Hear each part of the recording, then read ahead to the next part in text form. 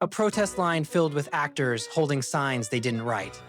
A million viral tweets sent from a single server in a basement.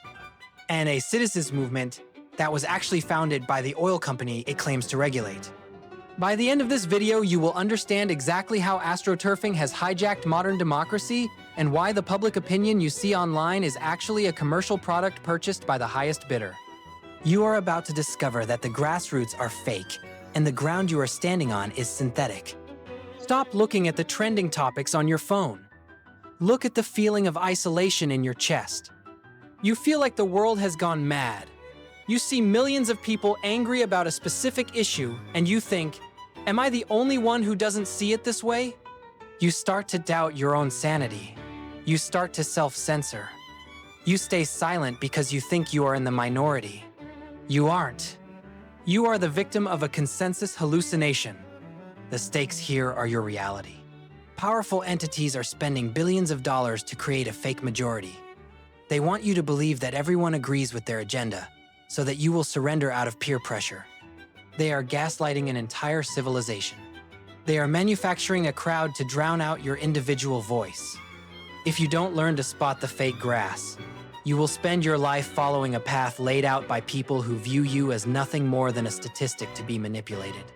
To understand how they simulate humanity, we have to look at the machinery of influence.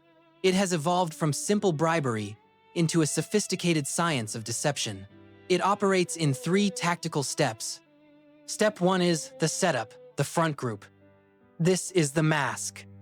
If a tobacco company says, smoking is good for you, nobody listens. They have no credibility. But if a group called the National Smokers Alliance says, the government is taking away your freedom, people listen. It sounds like your neighbors. It sounds like a movement. But look at the tax returns. The National Smokers Alliance was created by a PR firm, Burson Marsteller, and funded by Philip Morris. They use names that sound patriotic and harmless. Americans for Prosperity, Center for Consumer Freedom. They are corporate lobbies wearing a baseball cap and blue jeans. They take a corporate interest, like lowering taxes on billionaires, and rebrand it as a fight for the little guy. Step 2 is the trick, persona management. This is the digital evolution. In the old days, they had to bus real people to protests. That was expensive. Now, they use persona management software. This is military-grade technology. A leaked contract from a company called HB Gary Federal revealed the capability. One operator can control 50 distinct online identities. These aren't just bots that retweet. These are sophisticated profiles. They have history. They have photos. They talk about sports. They argue about movies. But when the signal is given, all 50 of them swarm a specific news article. They attack a specific politician.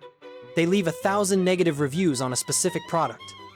They create a bandwagon effect. Real humans see the swarm, assume it is the majority opinion, and then join in. The software creates the spark. Human nature creates the fire. Step 3 is the proof. You think this is just a conspiracy theory? Look at the FCC Net Neutrality repeal in 2017.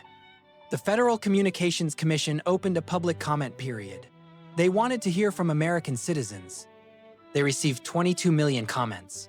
It looked like an explosion of civic engagement. But when data scientists analyzed the logs, they found something terrifying. Millions of comments were identical. They were posted at the exact same second. And worst of all, they were using the names and addresses of real people without their permission. They even used the names of dead people. The New York Attorney General's investigation confirmed that nearly 18 million of those comments were fake. Companies funded a massive astroturfing campaign to simulate public support for killing the open internet. They stole the identities of the living and the dead to manufacture a lie. So, who wins this game of charades? The highest bidder. The exit is the policy change. The corporation spends $10 million on a PR firm to create a fake movement. That fake movement pressures Congress to pass a tax cut worth $10 billion. The return on investment is 1,000 to 1.